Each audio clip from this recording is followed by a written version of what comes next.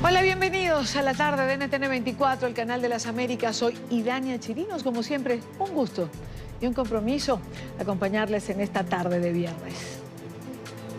Y que hoy los Estados Unidos está orgulloso de estar con el pueblo venezolano, y yo creo que el día se acerca para que Venezuela sea libre nuevamente, cuando Venezuela retome su libertad.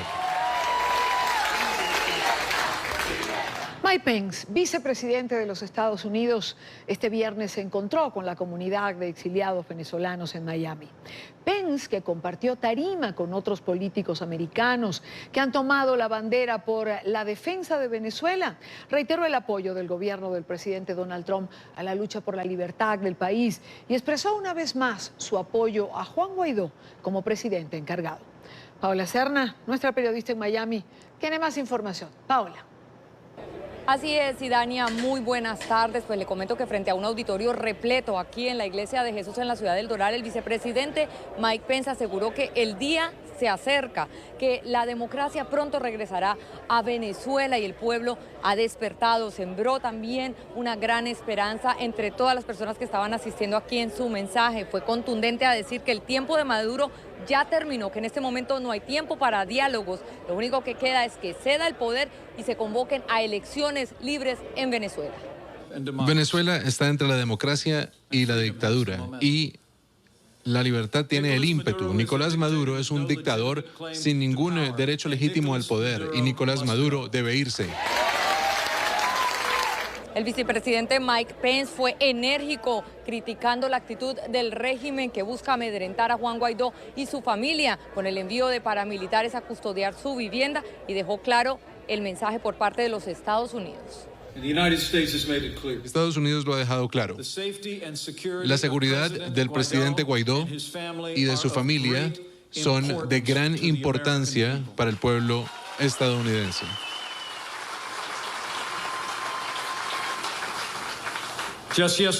Solo ayer,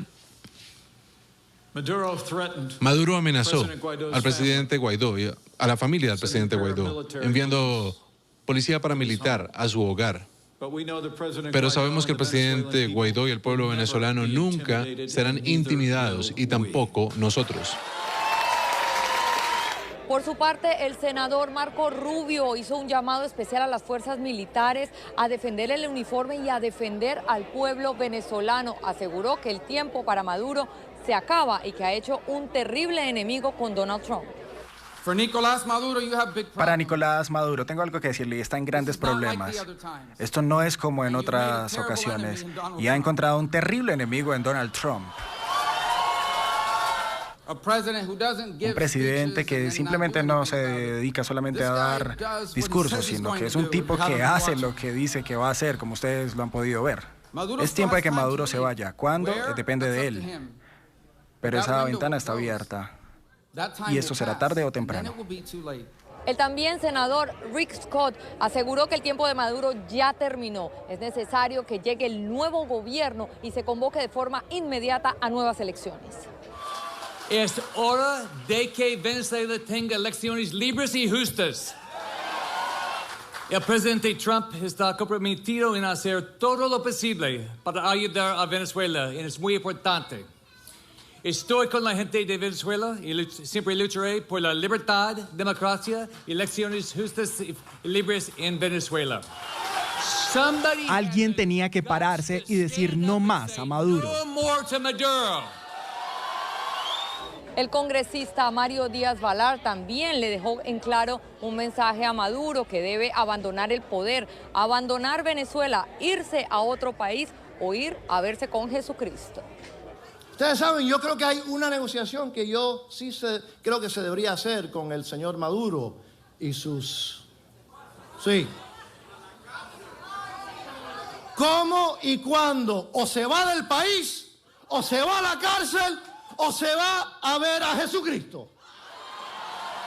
El vicepresidente Mike Pence aseguró que es el momento de liberar a Venezuela y a Nicaragua de Cuba. También aseguró que el presidente Donald Trump se encuentra trabajando para buscar la aprobación de un presupuesto de cerca de $100 millones de ayudas humanitarias para Venezuela.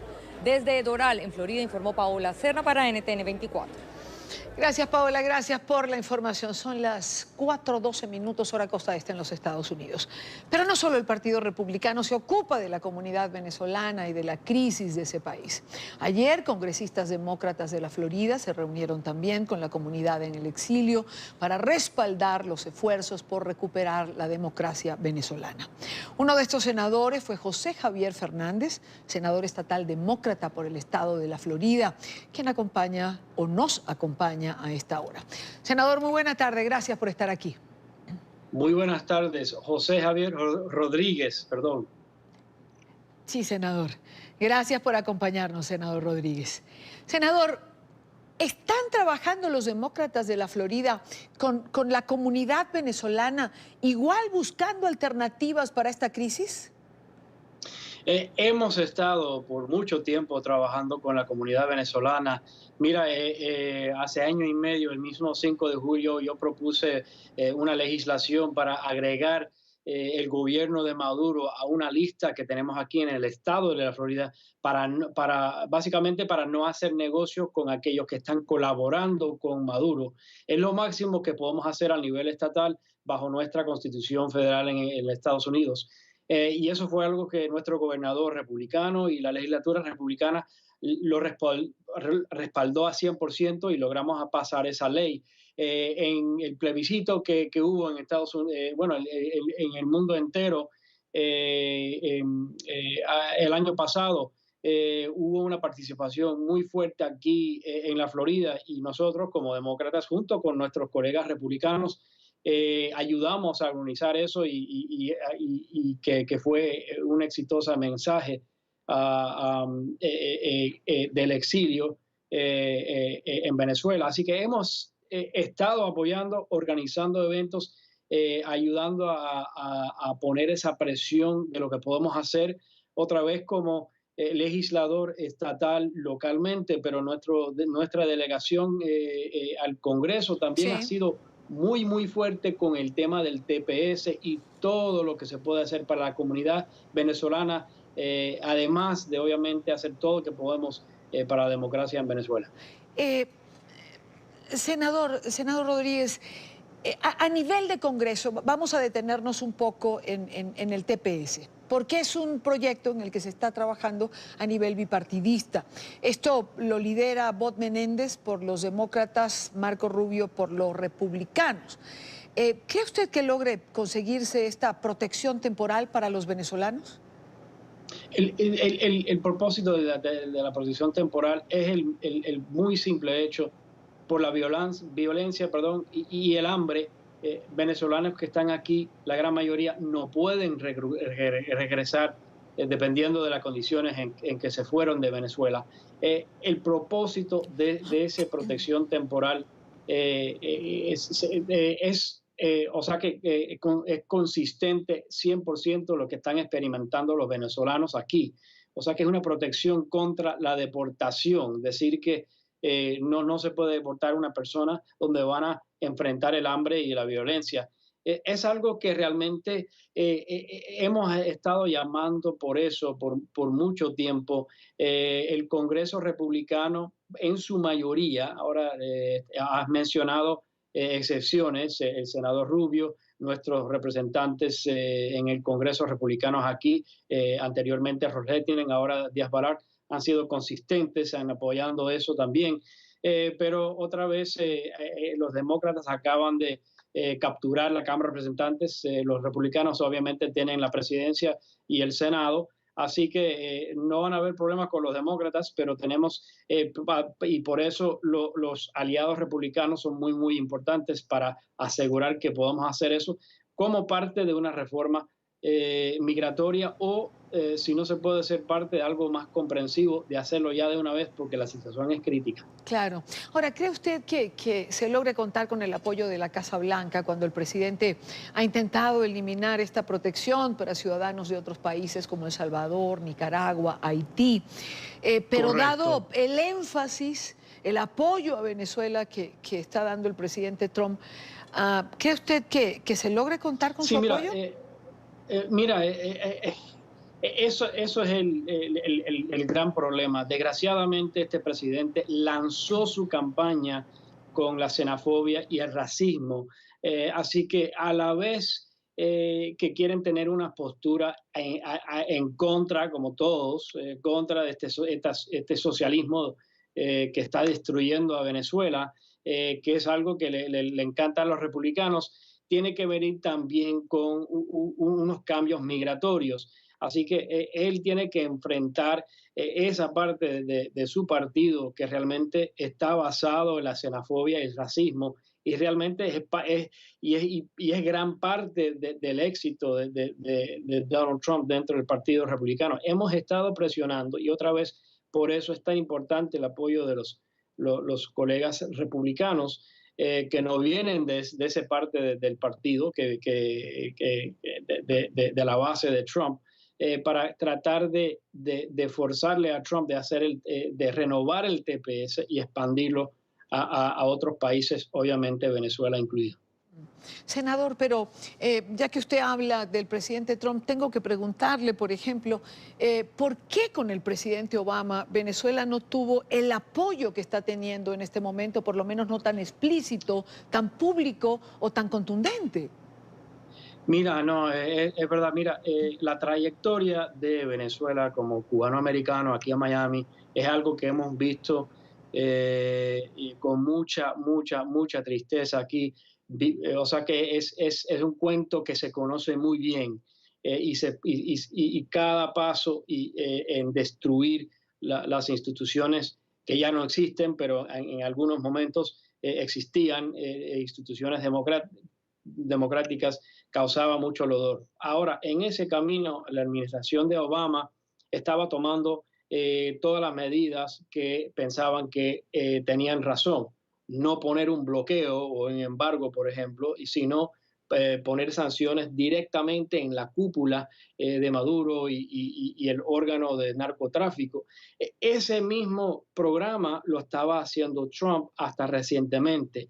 O sea que es solamente es solamente una diferencia óptica, porque estamos en un momento crítico donde cualquier acción del gobierno federal tiene un impacto directo. Y no es que Obama no estaba haciendo nada, al contrario, lo que estaba haciendo Trump hasta ahora era idéntico de lo que estaba haciendo Obama, y ellos tenían la idea de que era bien pensado porque ayudó a llegar a este punto.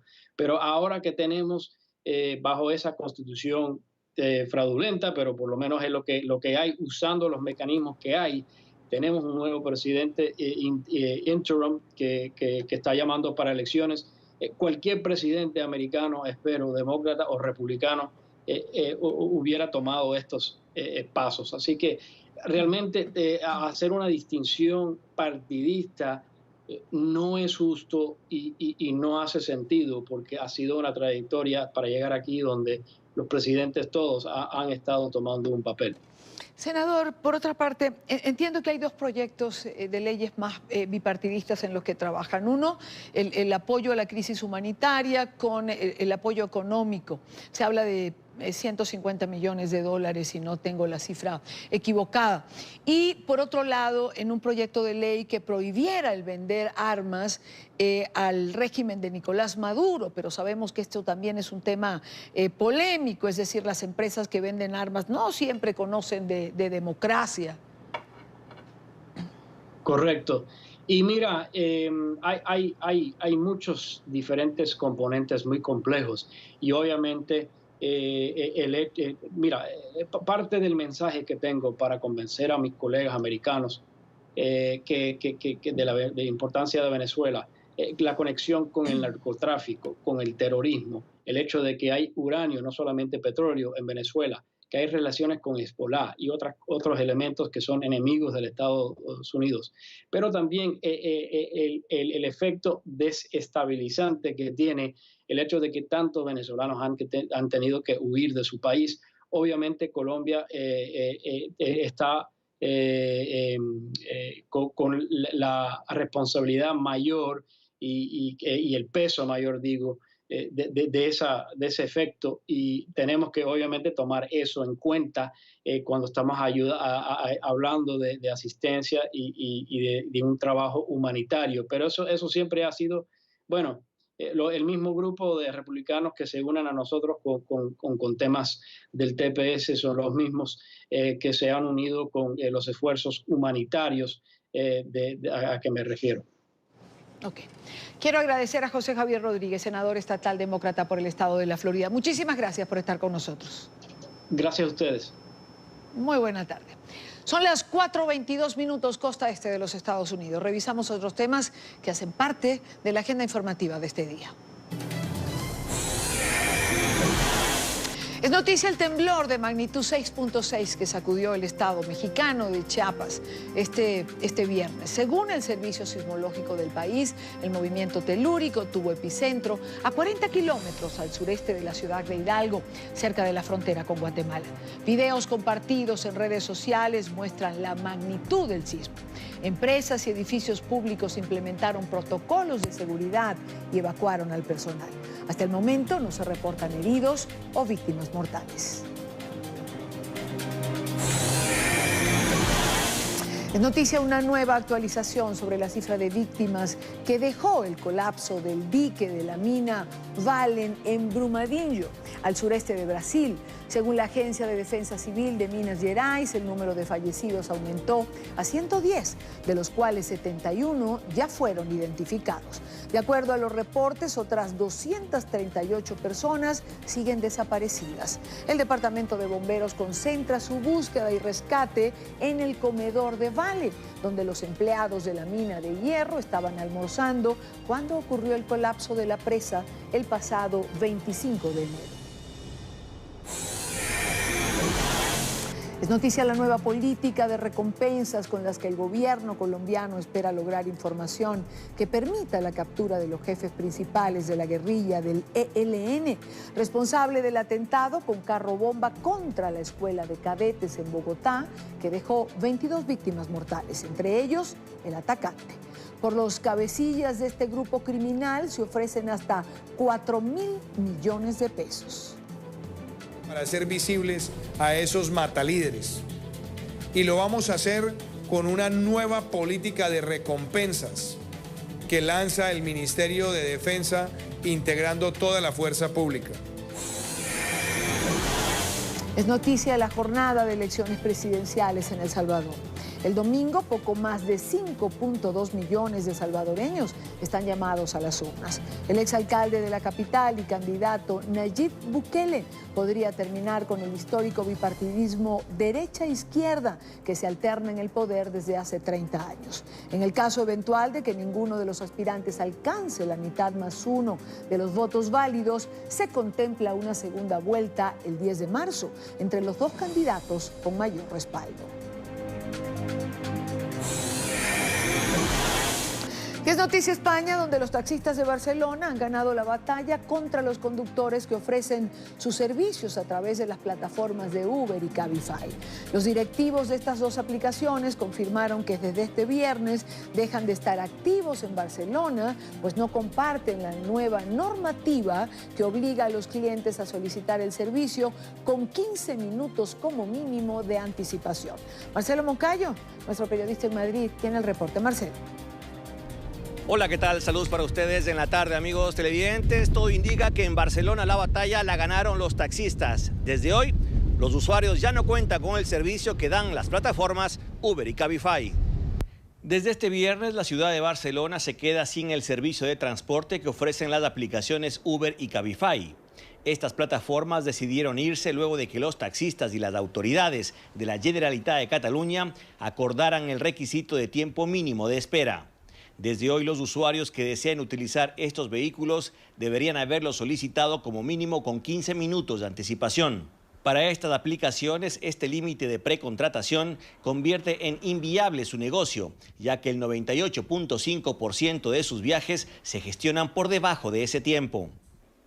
Esto tiene como consecuencia directa el despido de alrededor de 2.000 conductores que tenían como sustento este tipo de trabajo.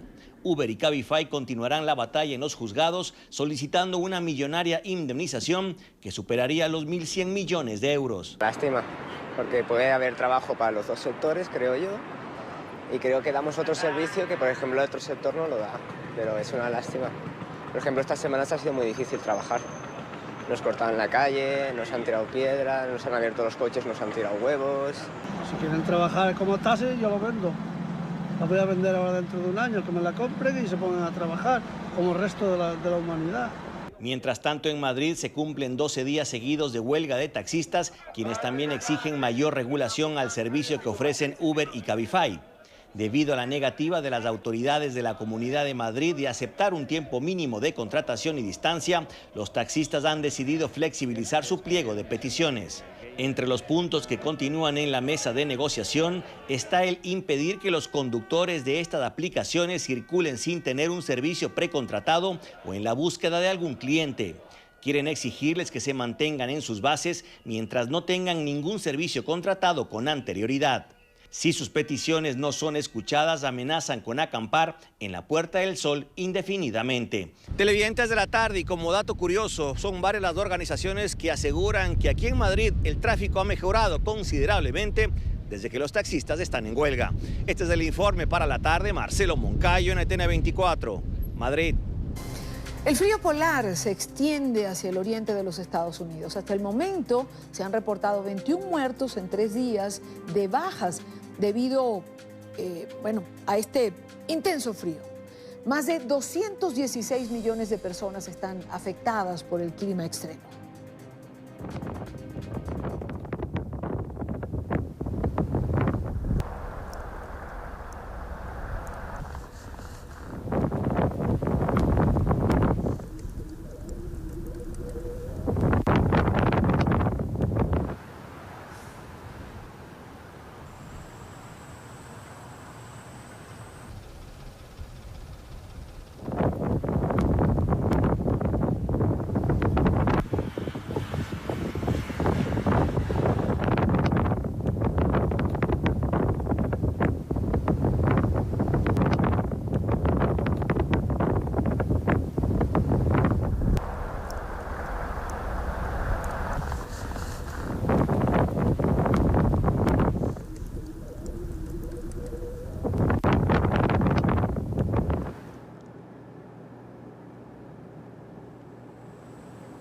Algo ha pasado, lamento, con este audio de esta nota. Por lo menos tenemos las imágenes de toda esta ola de frío que se ha presentado en la mitad de los Estados Unidos y que ha traído temperaturas creo que se ha dicho en estos días que Chicago ha estado más frío, por ejemplo, que la propia Antártida. Han sido 3 días de bajas temperaturas. Lo que se ha dicho hasta ahora también es que las temperaturas van a cambiar al lado contrario, con la misma intensidad con que lo han hecho. Del frío van a pasar al calor, y lo que ahora se teme es que tengamos ciudades con inundaciones por el derretimiento del hielo y la nieve.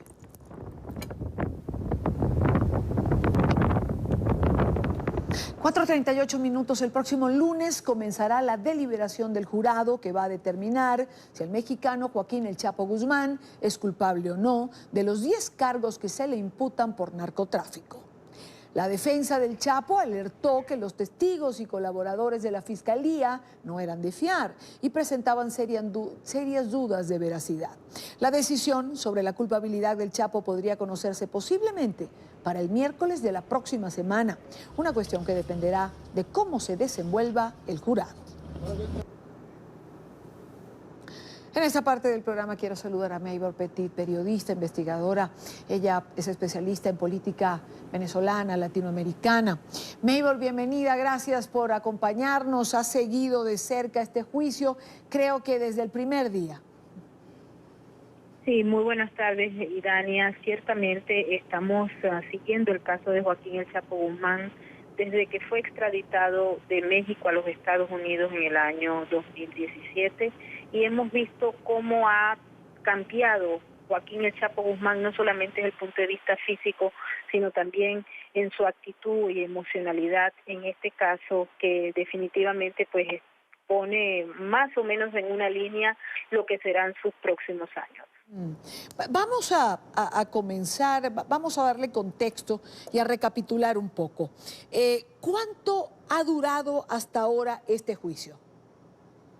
El juicio ha durado 11 semanas, 38 audiencias y por él han pasado más de 58 testigos de la Fiscalía, de los cuales 14 han sido muy importantes para sustentar y manejar la historia que el gobierno de los Estados Unidos ha colocado en las manos del jurado, Idania, para decidir si el Chapo es culpable o no de los 10 cargos y de 27 violaciones, que no solamente están ligadas al narcotráfico, sino también al uso de la violencia para manejar una empresa criminal, asesinatos, lavado de dinero y, entre otras cosas, pues algunos elementos que tienen que ver, Idania, justamente con manejar, con ser el líder de una empresa criminal que tiene tentáculos internacionales. Maybor, ¿cubrió las expectativas que calificaban a este juicio como el juicio del siglo? Ciertamente, a raíz de las presentaciones que ha hecho la Fiscalía, hemos visto cómo funcionan las estructuras de los carteles en América Latina y cómo han sido las debilidades de las autoridades norteamericanas a lo largo de más de 3 décadas que se han manejado, en el sentido de que ellos han logrado ciertamente avanzar en la aplicación de la ley, pero no necesariamente han logrado todos los objetivos. Por eso, cuando la Fiscalía decía que este iba a ser el juicio del año, definitivamente salieron a la luz muchos de los datos que todavía en algunos países de América Latina, pero particularmente en Ecuador, en Colombia y en México, estaban como a media tinta, como que no los querían reconocer, y con la voz de los testigos que son criminales, que han participado en el negocio del narcotráfico, pues se ha venido a salir y a relucir todos estos detalles. Importante, Idania, que hay algunos aspectos que todavía no han sido si se quiere, revelados, sí. Y entre las conversaciones que hemos tenido con varios de los personas o fuentes que están en el caso, nos informan que hay algunos de estos testigos que van a formar parte de otros casos que, si bien no están ligados al cartel de Sinaloa, forman parte de investigaciones paralelas del gobierno de los Estados Unidos, y es por eso que algunos temas no han sido tocados. ¿Investigaciones paralelas como cuáles? ¿Tienes alguna? ¿Podemos saber? ¿Se tiene hay unas investigaciones paralelas que están ligadas a grupos criminales en Ecuador, en Colombia y en Venezuela.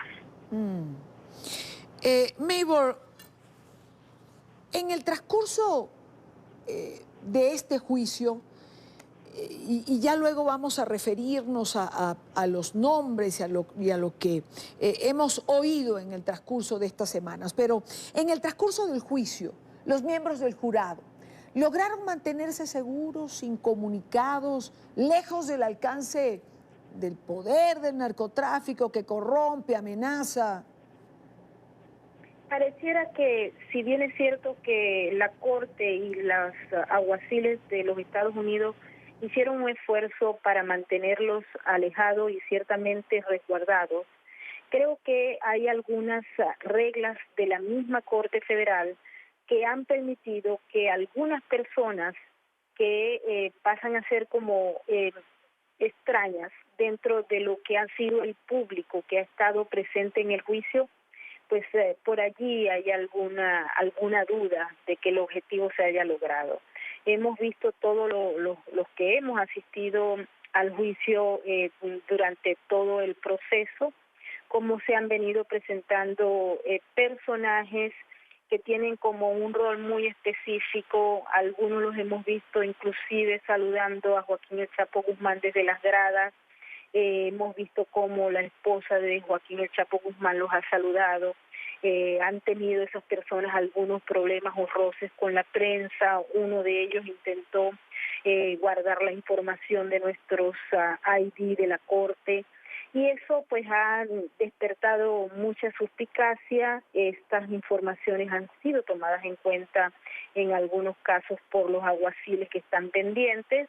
Recuerda que hay una serie de puntos de control para poder llegar a la sala, pero hay personas que han logrado atravesar esos puntos de control y se ha escuchado que definitivamente esas personas van a revisar y a ver por qué los que están dentro de la sala pueden verle la cara a los miembros del jurado.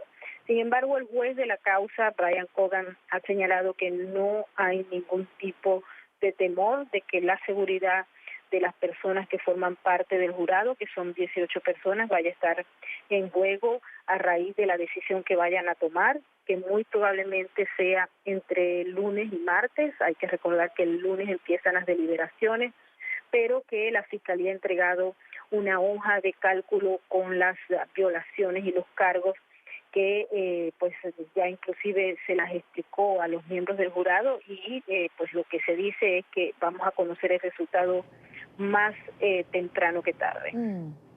Ahora, por otra parte, durante la presentación de testigos llevado por la parte acusadora, muchos nombres salieron a la palestra. Recuerdo, por ejemplo, el del expresidente de México, Enrique Peña Nieto, y el del expresidente de Colombia, Ernesto Samper.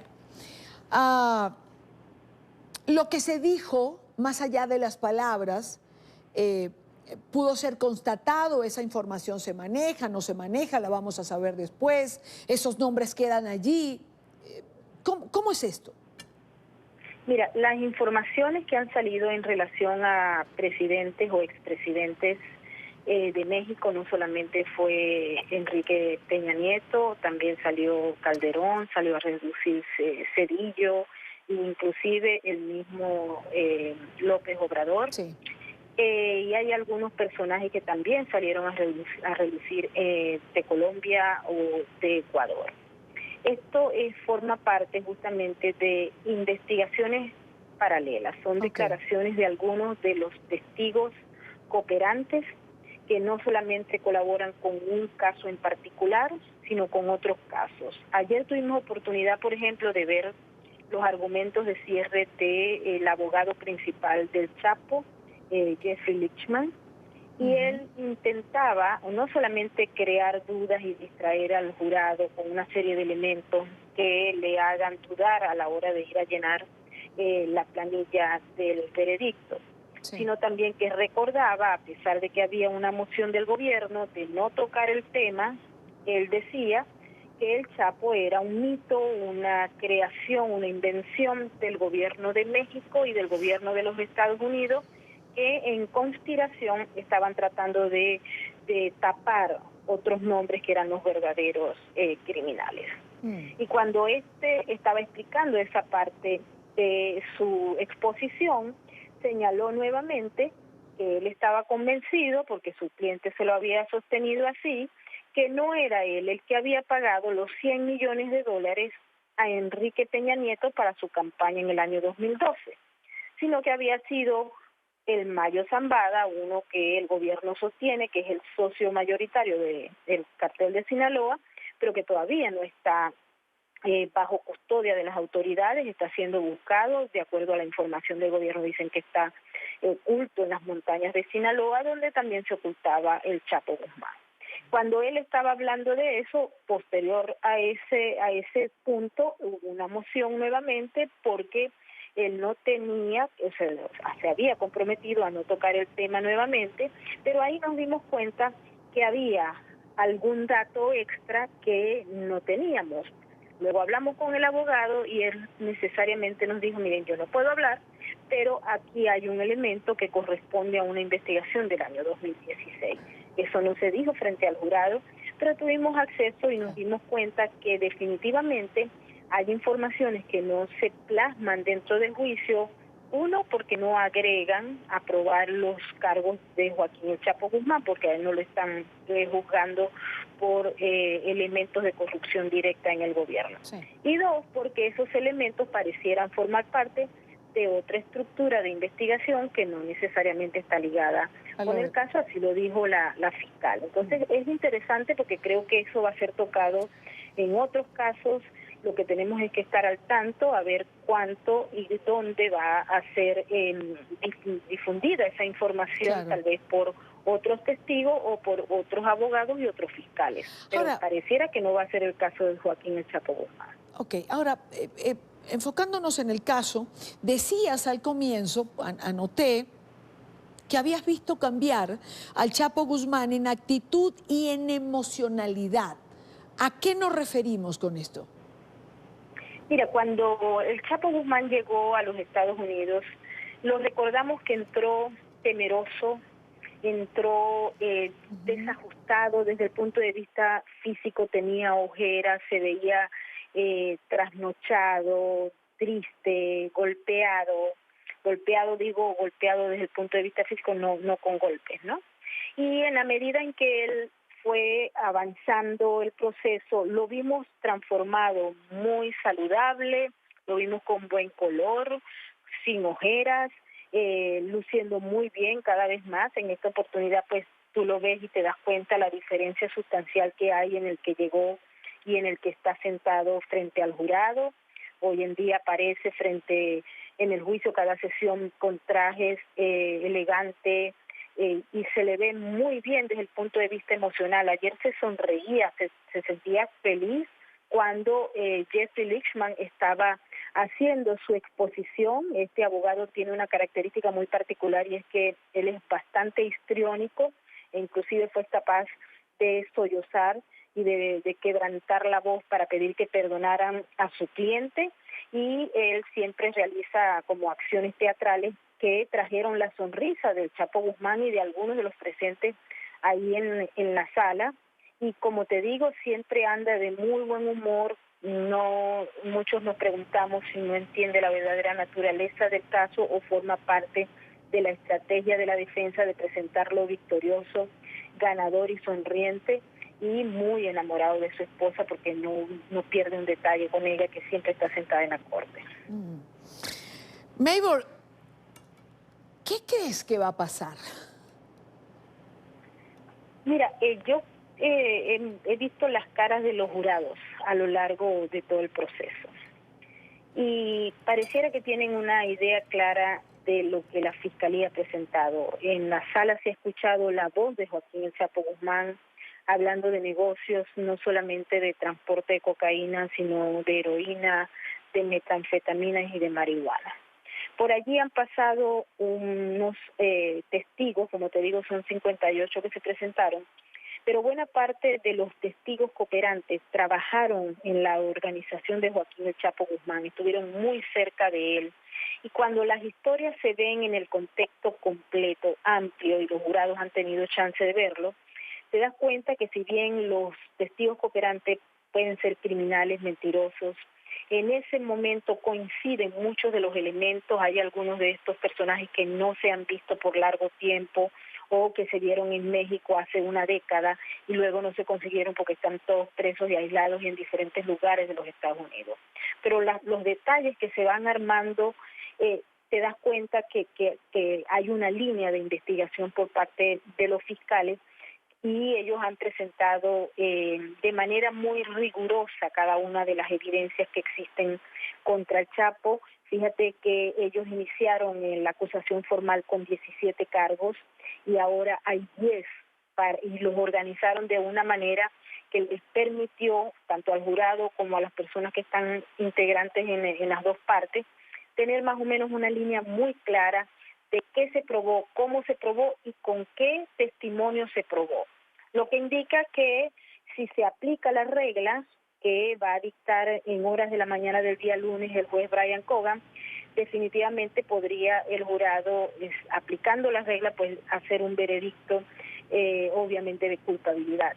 Pero como alguna persona que no esté parte del jurado, o por lo menos que no forme parte del grupo, o por lo menos de la opinión mayoritaria, decida que no, porque hay un elemento importante acá, y es que uno de los datos que quiso destacar el abogado de la defensa fue justamente el hecho de que el solamente acordar, la ley aquí es muy clara, dice, si uno acuerda entrar en una conspiración, el solo hecho de acordar, de decidir de manera consciente, formar parte y preparar un delito, ya te hace culpable.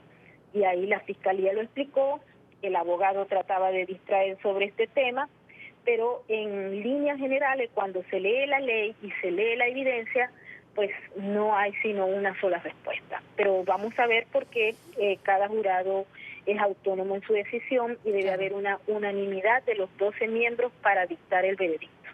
Pues habrá, eso es noticia en desarrollo, habrá que esperar la próxima semana cuál es el resultado de este juicio de 11 semanas, como bien ha señalado Meibor, 38 audiencias y 58 testigos. Meibor Petit, periodista de investigación y por supuesto que ha estado allí siguiendo este caso que es una novela, como lo hemos dicho en otras oportunidades. Meibor, gracias como siempre por estar con nosotros. Un gran abrazo, Idania, y un gran saludo a toda tu audiencia. Gracias, igual para ti. Pasando a otro tema, pero siguiendo con lo que ha sido agenda del presidente de los Estados Unidos, en medio de una reunión sobre la trata de personas, el presidente Trump insinuó que podría declarar una emergencia nacional muy pronto, o posiblemente en su discurso del Estado de la Unión. Trump no cree que el Congreso le apruebe un proyecto de ley con los fondos necesarios para construir el muro y quiere cumplir su famosa promesa de campaña. Emiliana Molina tiene el informe. Emiliana. Hola, ¿qué tal? Muy buenas tardes. Esta mañana en una reunión con funcionarios del Departamento de Seguridad Nacional, del Servicio de Inmigración y Aduanas y también expertos de trata de personas, el mandatario estadounidense Donald Trump asegura que organizaciones criminales de Centroamérica y de México se están aprovechando de ciertas fallas en las leyes migratorias para explotar tanto a mujeres como a niños. En el año fiscal 2018, el mandatario estadounidense asegura que se lograron 1.588 arrestos por trata de personas y lograron rescatar a 308 víctimas. Sin embargo, Trump continúa peleando para la construcción del muro en la frontera entre México y Estados Unidos, asegurando que esto aliviaría esta problemática. Tener una emergencia nacional ayuda al proceso. Lo que realmente ayudaría sería si los demócratas pudieran ser honestos, porque no están siendo honestos, todo el mundo lo sabe, y ellos también lo saben. Ellos, me gustaría escuchar lo que hablan en privado, pero se está poniendo mucha presión sobre el liderazgo demócrata, mucha presión. Porque no pueden justificar no tener una barrera entre nuestro país y México. Trump y sus funcionarios aseguran que el Congreso tiene la responsabilidad de aprobar proyectos de ley para aumentar la seguridad en la frontera entre México y Estados Unidos y así lograr frenar un poco más esta problemática.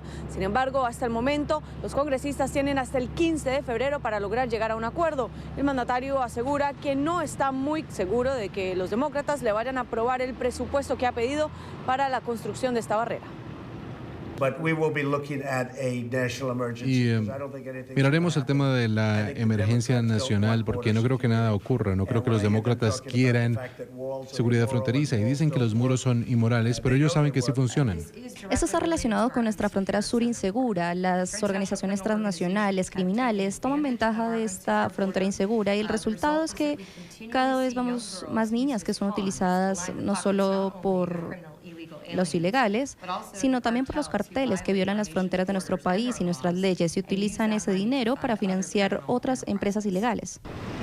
Desde que asumió la presidencia, Trump ha firmado varios proyectos de ley que ayudan a aliviar la problemática de trata de personas. Pero hasta el momento todo señala que los demócratas no están dispuestos a apoyarlo o darle los más de $5.000 millones para lograr la construcción del muro en la frontera entre México y Estados Unidos. Es por eso que el día de hoy Trump insinuó que está dispuesto a declarar una emergencia nacional para no tener que pasar por el Congreso y lograr cumplir una de sus grandes promesas de campaña. Esta es toda la información que tenemos desde Washington. Emiliana Molina, regreso al Centro Internacional de Noticias. Gracias, Emiliana. Gracias por tu reporte. Allí, pues, en medio de la nevada. Agentes de la patrulla fronteriza de los Estados Unidos realizaron una serie de simulacros cerca de la zona limítrofe con México. Los ejercicios se llevaron a cabo mientras miles de migrantes centroamericanos se han concentrado en el lugar para buscar asilo en la Unión Americana. Agentes con equipos antidisturbios usaron gases lacrimógenos e instalaron alambres de púas. Lo que estamos esperando, lo que se está entrenando es para cuando gente viene en masas, viene mucha gente a tratar de internarse a los Estados Unidos ilegalmente y más cuando vienen, ¿verdad?, con actos de violencia.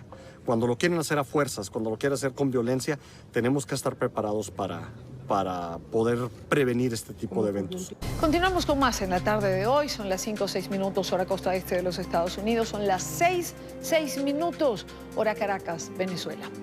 México y Uruguay llegaron a la Secretaría General de la Organización de Naciones Unidas y presentaron su propuesta de diálogo para Venezuela. Los delegados de estos dos países tuvieron un encuentro privado con el jefe de Naciones Unidas, a quien le expusieron el por qué consideran que es necesario crear espacios de negociación con el madurismo. Alejandro Rincón, nuestro periodista en Nueva York, tiene información. Alejandro. Hola, es un gusto saludarlos desde la ciudad de Nueva York. En la tarde de hoy, en el piso 38 de la torre que tienen ustedes detrás de mí, la sede general de Naciones Unidas, fueron recibidos los embajadores de México, Juan José Gómez Camacho, y de Uruguay, Elvio Rosselli. Allí fueron encontrados por el secretario general de la ONU, Antonio Guterres. En su despacho privado discutieron esta apuesta o iniciativa para buscar nuevos espacios de diálogo que resuelvan la crisis en Venezuela. México y Uruguay son actualmente los únicos países del continente americano que hacen eco al persistente llamado de Naciones Unidas para que sea el diálogo el camino predilecto de resolver las tensiones y la crisis en territorio venezolano. La Organización de Naciones Unidas por el momento no ha entregado mayores precisiones sobre las conclusiones derivadas de este encuentro privado. Sin embargo, en unos comentarios muy breves a la prensa, cuando el embajador de México se dirigía hacia la reunión con el secretario Guterres, él apuntó que el interés del delegado de Ciudad de México era precisamente el explicar qué hay detrás de esta decisión de los gobiernos de México y de Uruguay de considerarse neutrales, aun cuando el resto, o más bien la mayoría del continente americano, persisten en respaldar a Juan Guaidó como presidente interino de Venezuela y su plan para lograr restablecer el orden constitucional en territorio venezolano. Por ahora, los comentarios que ustedes verán a continuación provienen de parte del portavoz del secretario general y hace las siguientes referencias a este encuentro de la tarde de hoy. Obviamente somos conscientes de los reportes de prensa y las invitaciones. La expectativa es obtener información sobre las iniciativas por parte de México y Uruguay. Obviamente diferentes actores en la comunidad internacional tienen un rol clave para ayudar a construir el diálogo. La posición del secretario general ha sido consistente desde el principio de la crisis para un diálogo político inclusivo. La reunión de la tarde de hoy aquí en la ciudad de Nueva York es el antecedente clave de preparación y de cara a la conferencia internacional que han convocado los gobiernos de México y Uruguay el próximo 7 de febrero en Montevideo, con el objetivo de tratar de establecer nuevos espacios de diálogo que resuelvan la crisis en Venezuela. Cabe destacar, sin embargo, que esta estrategia no es respaldada por el presidente interino de Venezuela, Juan Guaidó, quien más temprano este viernes compartía a través de su Twitter una carta dirigida directamente a los presidentes de México y de Uruguay, insistiendo en que ya está establecida una hoja de ruta para restablecer el orden constitucional en Venezuela y que no contempla directamente nuevas fases de diálogo con el madurismo. Es todo lo que tenemos para ustedes por ahora. Continúen con más en la tarde. Gracias, Alejandro. Gracias por la información. Decía o mencionaba Alejandro esa carta que publicaba en sus redes el presidente interino, Juan Guaidó, pero precisamente ayer conversábamos con él en este programa y nos explicaba las razones por las que no hay viabilidad para un nuevo intento de diálogo con el régimen. Esto decía Juan Guaidó. Cuando Maduro habla de diálogo, habla de ganar tiempo, no habla de solucionar los problemas de la gente. Cuando el usurpador habla de negociación, habla de burlarse del pueblo de Venezuela. Han tergiversado la palabra.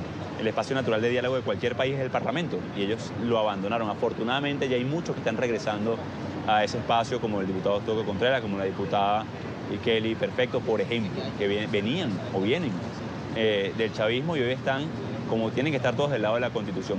Una negociación, una mediación, un grupo de contacto. El objetivo no es un diálogo. Si quieren colaborar, deben llamar las cosas por su nombre.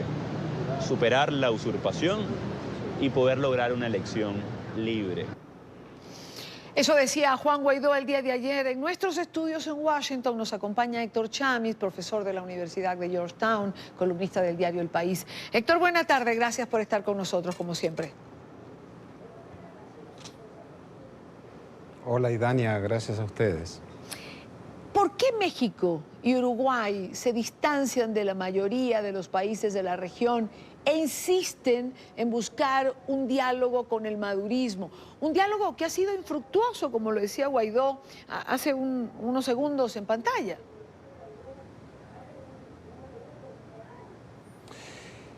Y más aún, diría yo, preguntaría yo, ¿por qué si quieren ayudar a la democratización de Venezuela y a la pacificación y a la solución institucional de Venezuela, no difieren, no se someten a la preferencia del presidente encargado Juan Guaidó?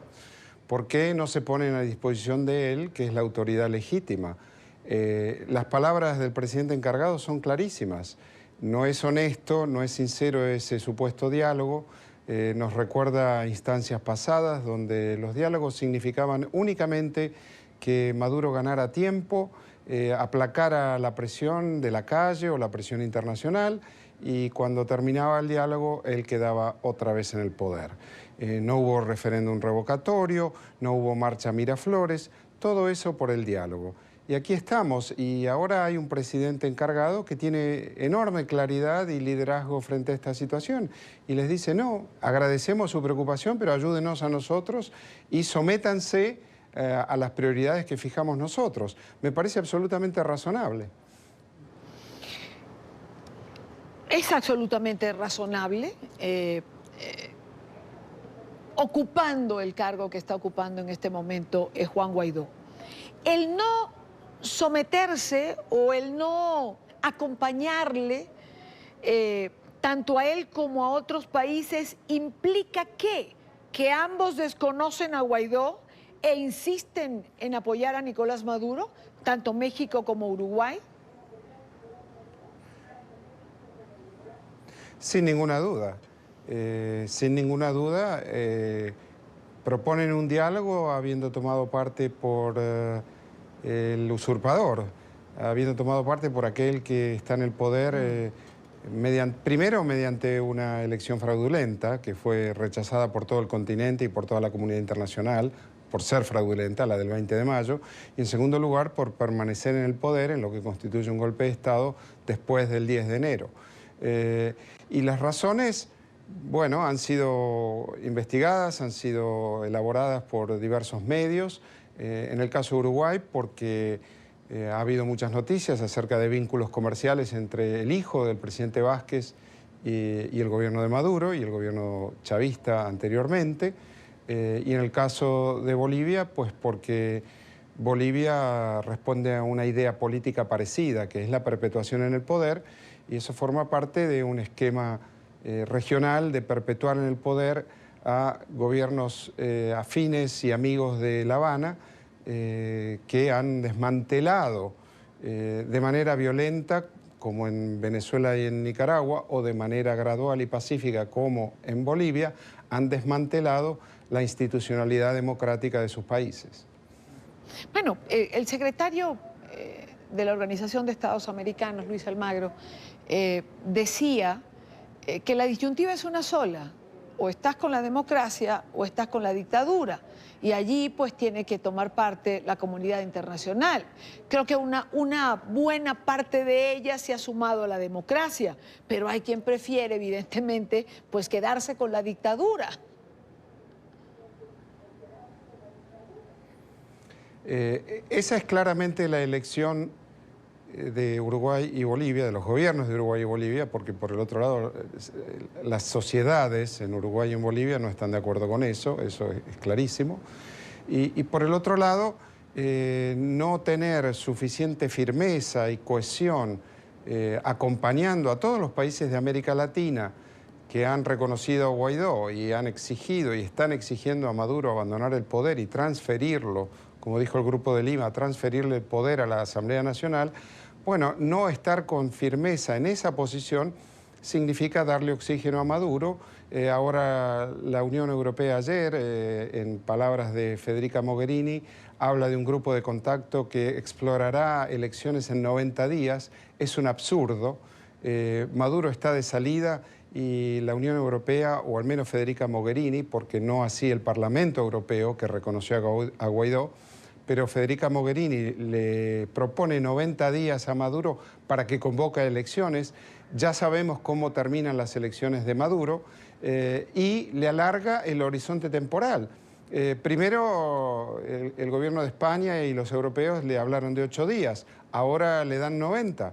Es un absoluto absurdo. Maduro no puede continuar en el poder un día más.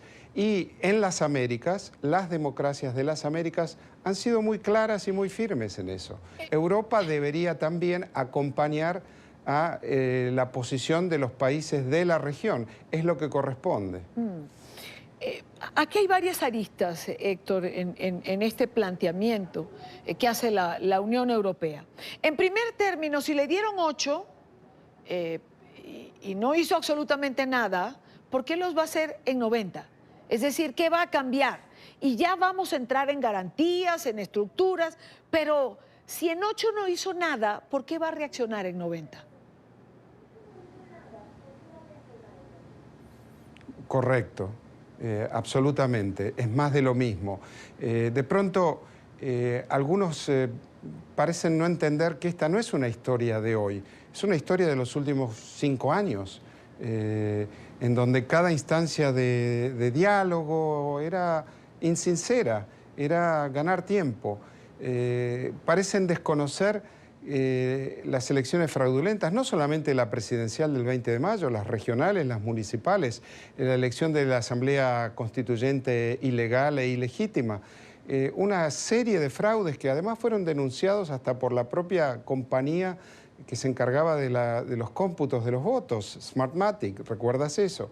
Entonces, la Unión Europea tiene que ponerse de acuerdo. Por el otro lado, algunos países, Alemania, Bélgica, Dinamarca, entre otros, Gran Bretaña, por su cuenta ya habían reconocido a Guaidó. Sí. Entonces esto es absolutamente contradictorio, es un despropósito diplomático y político. El Parlamento Europeo reconoció a Guaidó. Los europeos tienen que ponerse de acuerdo y tienen que además tener una deferencia con la comunidad interamericana, que es la comunidad inmediata y a donde pertenece Venezuela. Eso es de estilo en la diplomacia y en las relaciones internacionales. Si hay un conflicto en Europa, imaginemos de pronto que la OEA intervenga en un conflicto en Europa pasando por encima de decisiones y reglamentos de la Unión Europea. Es inconcebible. Bueno, pues eso es lo que está haciendo la Unión Europea en la figura de Federica Mogherini y en contradicción con el Parlamento Europeo y con varias cancillerías del sistema europeo. Entonces tienen que ponerse de acuerdo y cohesionarse detrás de lo que ya ha determinado la comunidad interamericana con varias resoluciones en la OEA, desconociendo a Maduro, desconociendo la legitimidad de la elección, reconociendo la legitimidad de Juan Guaidó como presidente encargado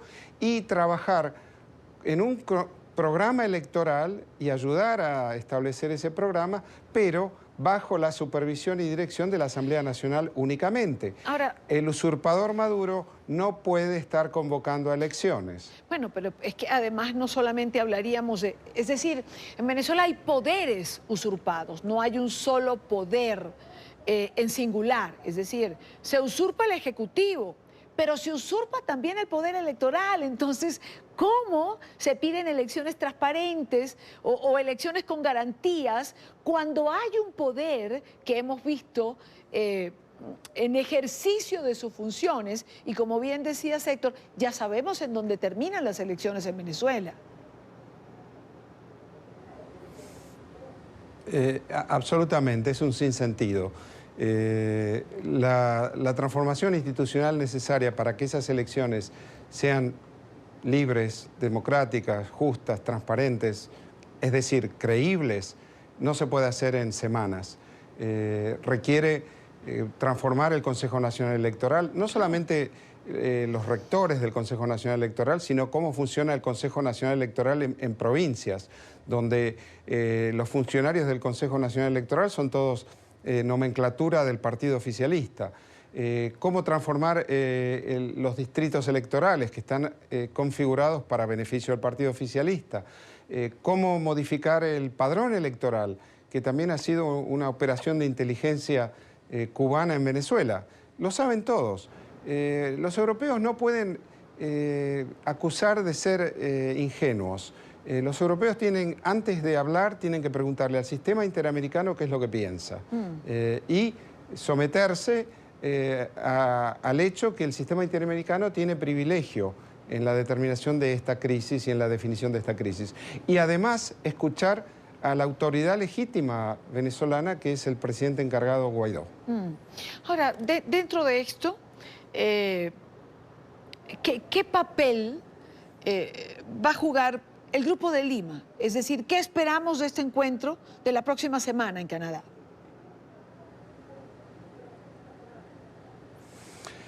Bueno, yo espero que el Grupo de Lima continúe en la misma tónica de su pronunciamiento del día 4 de enero, ¿verdad?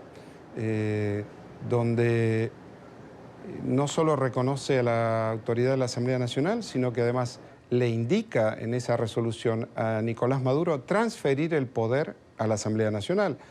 Estamos muy de acuerdo que continúen en esa posición, que se siga cohesionando el sistema interamericano. Es una buena arena, es una buena opción, es un grupo informal, hay que decirlo, pero que ahora ha tomado más fuerza y contribuye esfuerzos en la misma dirección de las resoluciones de la OEA, de la posición de los países, de Brasil, de Colombia, de Argentina, de Perú, de Chile, de Costa Rica, todos países que la mayoría de los países de la región, las democracias de la región, que le han dicho a Maduro que tiene que dejar el poder. Y entonces esperemos que esa presión ayude y produzca el quiebre definitivo de la dictadura, de la usurpación. Que por supuesto además debo resaltar otra vez, la historia esta de los 90 días de Federica Mogherini no ayuda a darle mayor cohesión a la presión diplomática para que Maduro abandone el poder.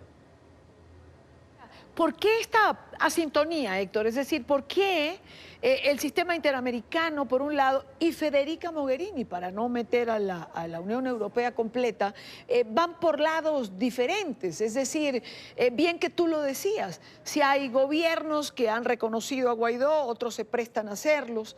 España se supone que lo hace el lunes, por lo menos eso se ha anunciado. ¿Qué pasa allí? No lo sé, no lo sé. Eso, por supuesto, les corresponde a ellos aclararlo, pero no han dado una aclaración. Ni siquiera han aclarado esa flagrante contradicción entre cancillerías de países europeos que han reconocido a Guaidó y la posición esta última de esta reunión en Montevideo, supuestamente, a la que convoca Federica Mogherini, sí, donde habrá un grupo de contacto, se llama, con el gobierno, y por gobierno quiere decir Maduro, y donde conversarán sobre la posibilidad de elecciones en 90 días. Eso es, para Maduro, que vive del día a día, decirle 90 días es un horizonte temporal al infinito, porque Maduro está de salida ya. Entonces es inexplicable y no tengo la explicación. Eso le corresponde a ellos. Hay una declaración de hace unos minutos del presidente Iván Duque, donde saludó la creciente presión internacional en contra de Maduro. El jefe del Estado colombiano afirmó durante este encuentro con mandatarios locales que el régimen madurista tiene las horas contadas, pero yo quiero compartirlo con nuestra teleaudiencia y lo comentamos, Héctor. Escuchemos. Lo hemos hecho en defensa de la legalidad en defensa de la democracia, y hoy es digno de aplaudir lo que está viendo el mundo, y es que la dictadura de Venezuela le quedan muy pocas horas, porque hay un nuevo régimen institucional que se está creando gracias al trabajo que ha jugado Colombia y otros países. Cuando uno escucha esto, que le quedan horas, que sostiene el presidente Duque, cuando uno escucha a Mike Pence, por ejemplo, el vicepresidente de los Estados Unidos, en ese encuentro con la comunidad venezolana hoy en Florida, con ese apoyo y en la misma línea, bueno, Héctor, uno entiende menos la posición de Mogherini en relación a lo que está ocurriendo en Venezuela y a los 90 días.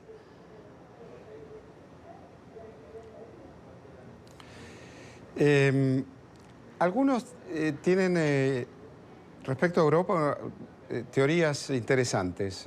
Alguien me decía ayer que la posición de Europa es ficticia, que es teatro, para luego realizar la concesión a Estados Unidos de dejar a Estados Unidos liderar esta cuestión para tener elementos de negociación en otros temas que a Europa le son mucho más cercanos que Venezuela en su relación con Estados Unidos. Es una teoría. Alguien me comentaba... Tal vez sea cierta. De cualquier manera... Alguien me comentaba, Héctor, que en relación a Europa y Estados Unidos, que a Europa no le gusta que Estados Unidos le diga lo que tiene que hacer. Y hoy cuando escuchaba al vicepresidente Pence decir que invitamos a todos los países del mundo a reconocer a Juan Guaidó como presidente interino, pues pensaba en esto, ¿no? Bueno, pero es que no es únicamente Estados Unidos que le dice a Europa lo que tiene que hacer. La comunidad interamericana completa le dice lo que tiene que hacer. Si uno lee lo que acaba de decir el presidente Duque, le está diciendo a Europa también, oigan, aquí estamos nosotros, ustedes tienen que venir con nosotros. Y se lo ha dicho Chile y se lo ha dicho Argentina. Entonces no es Estados Unidos, es Canadá, que ha reconocido temprano a Guaidó, que ha estado en la primera línea de la presión diplomática por la democratización de Venezuela. Y digo Canadá porque es un país que es un puente siempre entre Europa y Estados Unidos. Entonces, el otro tema que es importante aquí es que se va formando un sentimiento de lo inevitable, ¿no? Ya las palabras de los presidentes, las palabras de la comunidad internacional, sugieren que esto es inevitable. Y en parte es verdad, porque es la primera vez en que hay un gobierno en preparación, listo para ejercer, y un presidente legítimo, encargado, constitucional. Un dato que siempre resalto, Idania, es que esta constitución es la de Chávez. Sí. No es una constitución ni anterior ni de Guaidó. Es la constitución de Chávez. Este régimen usurpador es tan ilegítimo que viola la constitución que escribieron a medida del chavismo. Este es el estado del deterioro de este régimen y de este partido, el partido oficialista. Entonces sí, es inevitable. Y además, ya, dime. No, te decía, un último aspecto porque me parece importante y no quiero cerrar nuestra conversación sin cómo luce ese régimen que además pisotea la propia Constitución que se hizo con Chávez, pero un régimen, por lo menos es lo que yo veo, débil, es decir, un régimen que ha permitido que Guaidó ejerza de presidente interino, que le pide al FAES que vaya a la casa de Guaidó y llega la gente primero y le impide la entrada, más o menos. Y un régimen que anuncia una rueda de prensa, por ejemplo, ayer Nicolás Maduro, y que después de todo lo que pasó con el FAES y las declaraciones de Juan Guaidó, tampoco la da. Es decir, es un régimen que se debilita a lo que... Si tomamos en cuenta lo que nos traía acostumbrados. Absolutamente de acuerdo. Es un régimen, un castillo de naipes, que uno lo ve y dice esto se derrumba en cualquier momento. Pero tengamos presente un punto importante acerca de este régimen, Sí. porque esta es la discusión que vamos a tener hoy, mañana y en la próxima semana, que es el tema sanciones, que hay también entre los europeos y en las Naciones Unidas algunas opiniones en contra de las sanciones.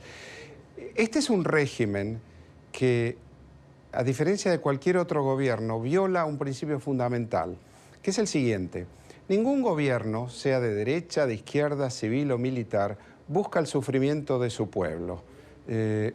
Este régimen ha buscado deliberadamente el sufrimiento de su pueblo.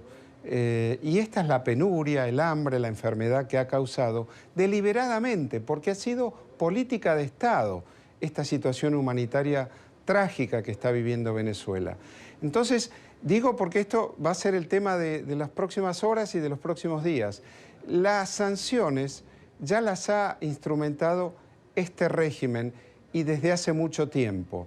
Entonces, la comunidad internacional, cuando uno lo desconoce y reconoce a Juan Guaidó, también está reaccionando ante eso. Lo que hay que instrumentar urgentemente también es la ayuda humanitaria para socorrer a ese pueblo sufriente. Héctor Chamiz, gracias como siempre por estos minutos con NTN 24. Siempre es un gusto hablar contigo. Gracias a ti, Idania. Hasta siempre. Igual. Muy buena tarde. Quiero quedarme con esta frase de Héctor Chamiz. Este es un régimen que ha buscado deliberadamente el sufrimiento de su pueblo porque ha sido política de Estado. Seguimos con más de la tarde. Recordemos que el martes pasado un grupo de periodistas de la agencia EFE fue detenido de forma arbitraria en Venezuela. Tras más de 10 horas fueron dejados en libertad. Maurín Barriga, Gonzalo Domínguez y Leonardo Muñoz relataron los duros momentos que vivieron tras permanecer una noche en la sede de la policía política del régimen. Tuvieron la oportunidad de conversar con periodistas en Venezuela. A esta hora nos acompaña Maurín Barriga. Ella es una de estas periodistas que fue lamentablemente detenida de forma arbitraria, pero que queremos saludar y conversar con ella y compartir con ustedes su testimonio. Maurín, buenas tardes. Gracias por estar aquí. Buenas tardes, Idania. Cuéntanos, ¿cuál fue tu experiencia dentro del SEBIN? Bueno, no fue ninguna agradable experiencia estar ahí, lógicamente. El primer momento realmente en el que uno se siente agredido, vulnerado, fue cuando llegamos al hotel, al lugar donde supuestamente tú vas a descansar, y te encuentras con 5 oficiales del SEBIN armados esperándote y diciendo: llevamos aquí más de 3 horas esperándolos. Entonces, yo intenté hacer llamadas, mi compañero envió un mensaje afortunadamente a la delegada de la mesa aquí de la oficina aquí en Caracas, y luego ya ellos se ponen un poco ahí agresivos porque nos ven con los celulares y nos dicen: los celulares sobre la mesa, por favor. Nos damos cuenta allí que ya habían ingresado a nuestras habitaciones porque tenían los pasaportes de mis compañeros, el mío no, porque estaba acá en la oficina. Y nos decían: tranquilos, esto es solo un procedimiento de rigor, queremos hacerles unas preguntas. Tenemos a su compañero que estaba haciendo tomas indebidas de foto, entonces queremos solo hablar con ustedes. Y ahí ya empezó toda la película. Bueno, y ahora que mencionas ese término película, ¿cuáles fueron los detalles? Es decir, vamos a poner en contexto a nuestra teleaudiencia que el Helicoide es el sitio de reclusión de presos políticos. Lo hemos mostrado muchas veces porque además han habido vigilias por esos presos políticos que están en el interior, como Juan Guaidó, Loren Saleh en su momento. Se han denunciado torturas igualmente dentro del Helicoide. Sí, cuando nos llevan y nos meten ya al Helicoide, el carro de los abogados venía atrás y no los dejaron ingresar. De hecho, ellos le bloquean la entrada apenas nosotros ingresamos. Y ya allá adentro nos llevan primero a una oficina como de funcionarios, donde vemos que está Leonardo, el fotógrafo, y el motorizado esposados. O sea, para mí eso fue como... Le dije: ¿estás esposado? Pero minutos siguientes nos esposan a nosotros también y ahí ya nos separan. A Gonzalo y a mí nos llevan como a una oficina que ellos llaman técnica, a hacernos horas y horas de preguntas ahí. Maurín, ¿cuáles fueron estas preguntas? ¿En qué consistieron? ¿Qué querían saber?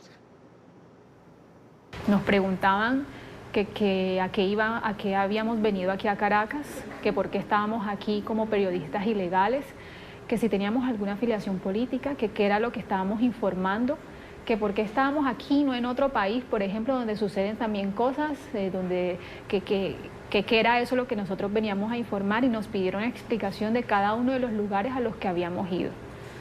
Realmente cuando me tocó el turno a mí de ser entrevistada, como ellos dicen, por ellos, en ese momento la verdad me sentí bastante vulnerada, por decirlo, intimidada, porque mi entrevista la hicieron entre 5, ¿sabes? 5 enfrente, donde me decían no te muevas, responde corto o tienes que decir que sí viniste a decir periodismo ilegal. Y le decía, pero yo sí me mantuve, eso sí, me mantuve de principio a fin diciendo que yo no vine aquí a hacer periodismo ilegal porque ya yo había ingresado aquí como periodista.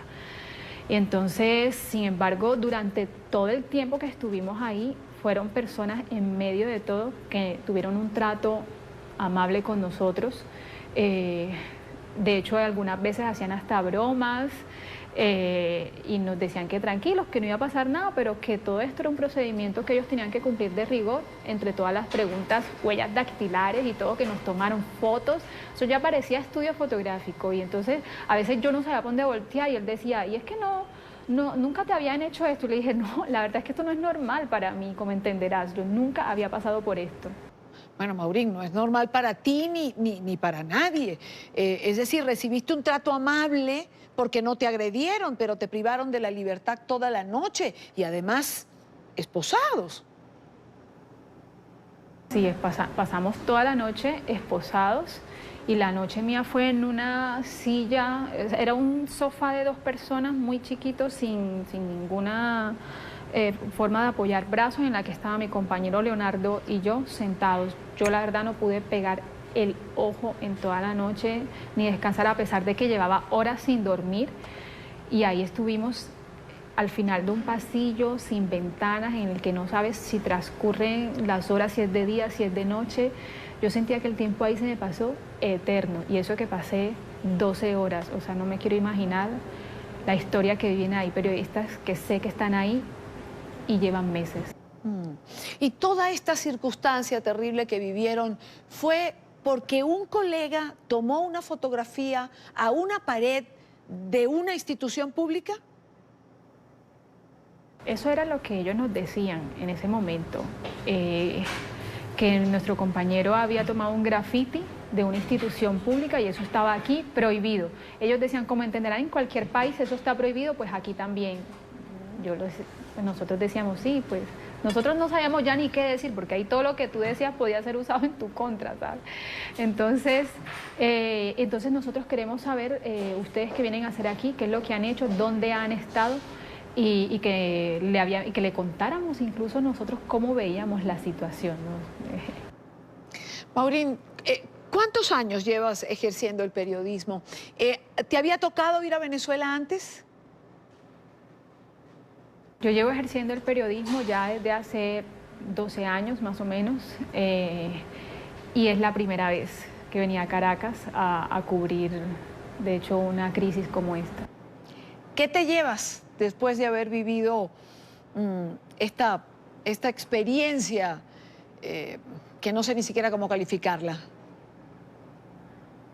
Bueno, yo me llevo, a pesar de todo, una gran experiencia, porque compartir con colegas acá que también de cierta forma te protegen, se solidarizan contigo. Conocer de cerca al venezolano, ver lo aguerrido que es, lo recursivo que se vuelve acá la gente, ¿cierto?, para sobrevivir, es interesantísimo. No me llevo claramente una grata experiencia de esa noche que pasé allí en el SEBIN, en el que Injustamente nos retuvieron, ¿sabes? Pero mi experiencia laboralmente acá fue agradable en medio de todo. Y compartir con compañeros y conocer la crisis de cerca es realmente triste y te acerca más a esa realidad que tú describes desde fuera, porque yo como periodista de otro país en el que he estado tanto tiempo hablando de esta problemática, lo he contado siempre desde fuera, pero ya palparla te llena a ti de un montón de recursos, ¿no?, vividos. Claro. Para luego volver a seguir contando, porque no nos podemos callar, o sea, esto hay que seguir hablándolo, seguir denunciándolo, y aunque ellos sí se portaron amables, no tenían que habernos hecho lo que nos hicieron, y eso sí es real. Maurín, tu familia probablemente esté viendo la entrevista. ¿Qué decirles después de estar en libertad? Sí, bueno, decirle a mi familia que primero que gracias por el apoyo, porque de todas maneras cuando les dije que me venía para acá, sí, como que mi esposo sí me apoyó desde un principio, oh, dale, no sé qué, claro, no sabía que venía tanto tiempo, y a veces no crees que te va a pasar eso, ¿no? Uno cree que no le va a pasar a uno, pero bueno, hoy me pasó a mí, a mis compañeros, y gracias porque mi familia estuvo ahí detrás también insistiendo en redes, con amigos, aquí donde tú te das cuenta que wow, aparece gente de todas partes dándote apoyo y preocupados, ¿no?, por ti. Claro. Entonces nada, a mi familia muchas gracias, y a todos esos amigos que estuvieron también ahí insistiendo, preocupados en las redes sociales, de verdad, gracias por todo el cariño, se agradece desde acá. Cuando tú has vivido eso, de ese cariño, se agradece un montón, y tener gente que se preocupa por ti es de verdad la sensación más hermosa y que te llena, ¿no?, el alma cuando uno pasa por esto. Y nosotros te agradecemos a ti, Maurín Barriga, periodista de la agencia de noticias EFE, te agradecemos por haber estado estos minutos con NTN 24, por hacernos parte de esa experiencia contada. Gracias de verdad. Muchas gracias a ustedes. High Festival, imagina el mundo. Segundo día del High Festival en Cartagena, Colombia. La música y la literatura se han dado cita en esta ciudad amurallada y en otras ciudades del país donde autores y artistas comparten sus experiencias. Nuestros enviados especiales al High Festival, Andrés Gil, Santiago Giraldo, tienen la noticia. Andrés, Santiago, buena tarde. Hola Idania, hola queridos televidentes del programa La Tarde, es un gusto saludarlos desde la fantástica Cartagena de Indias en Colombia, junto a mi colega Andrés Gil, donde nos encontramos en esta inmensa cobertura, Andrés. Inmensa, Santi, buenas tardes a usted, a Idania, a los televidentes de NTN 24, porque a dúo, Noticias RCN y NTN 24 estamos llevando a través de estas pantallas todas las incidencias de iFestival 2019, Imagina el Mundo. Música, Santi, música. ¿Qué cantó Wilfrido? Pues cantó todas, las clásicas, las de siempre, las que bailamos en los 80 y los 90. Pero es que además Wilfrido Vargas no solo trajo música a este iFestival, también trajo un libro, Me vuelves loco Wilfrido, un libro, Andrés, que me sorprende porque inclusive confiesa allí que sufrió de depresión y de momentos de profunda tristeza, como todos los seres humanos. Lo que pasa es que el hombre divertido, uno no esperaría recibir ese tipo de noticias, y además el rey del merengue, como usted lo dijo, deleitó anoche en ese concierto inaugural en la explanada del Centro de Convenciones de Cartagena de Indias con estas grandes melodías y estos ritmos para la apertura. Aquí tenemos el resumen de esta presentación de Wilfrido. No pasaron 30 segundos antes de que la música de Wilfrido Vargas produjera el efecto chispa, a la que no escapa el ánimo de nadie. La explanada del Centro de Convenciones se convirtió rápidamente en una fiesta. Cada uno de los éxitos del hombre divertido puso a bailar a la multitud invitada por el iFestival 2019. Somos un grupo de dominicanas que vinimos al iFestival y estamos emocionadas viendo a Wilfrido. Muy bien, genial, muy buena la música, muy lindo el espectáculo, muy divertido, muy alegre. En algún momento el dominicano le puso música, literalmente al nombre de este festival, que en su voz invita a un gozo sensual. Todo el mundo está gozando, no hay festival. Esta fue la novedad entre un repertorio de amplio reconocimiento con el que don Wilfrido siempre da en el blanco. Versión cuarteto sería, más que nada, y algunas canciones que canta Wilfrido las cantan nuestros cantantes de allá. Wilfrido es a la fija. Esta fue, señoras y señores, la noche del rey del merengue en el iFestival de Cartagena de Indias. Al calor de la literatura, las artes, la cultura, la reflexión sobre los temas que nos abordan en la cotidianidad, desde aquí junto a Andrés Gil nos despedimos, Idania, compañeros y televidentes, desde la fantástica Cartagena de Indias. Santi, pero antes invitemos a nuestros televidentes a que, bien sea a través de nuestras plataformas y de las plataformas de iFestival, acudan a un evento que me parece espectacular que hay ahorita en un rato, 7 de la noche, gala de poesía. Wow, sí. Por favor, la poesía que no puede hacer falta en nuestras vidas, como esta bellísima postal que usted está viendo, que se convierte en poesía de aquí de la ciudad amurallada en Cartagena de Indias. Andrés, gracias, y Dania, a todos ustedes, un abrazo fuerte desde la Heroica. Feliz tarde para todos. Gracias a Santiago Giraldo y Andrés Gil por estos comentarios en relación al High Festival, este evento anual que convoca a intelectuales, a compartir, a debatir y a quien tiene la oportunidad de estar allí a pasar unos días increíbles. Gracias de verdad por lo que nos han dicho y gracias a ustedes por acompañarnos siempre, gracias por estar allí, gracias por seguirnos cada tarde, por sus comentarios a través de las redes sociales. Les recuerdo una vez más, ahí está nuestra cuenta en Instagram, mi cuenta en Instagram.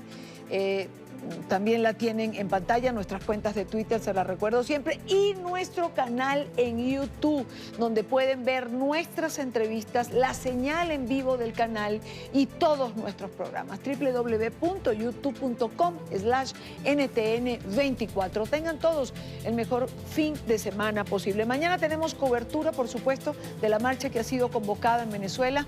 Todos nuestros periodistas estarán en la calle para llevar a usted la información en el momento en que se esté produciendo. Como siempre, NTN 24 está donde está la noticia. Les espero el lunes a la misma hora para compartir, debatir, analizar la agenda informativa del día.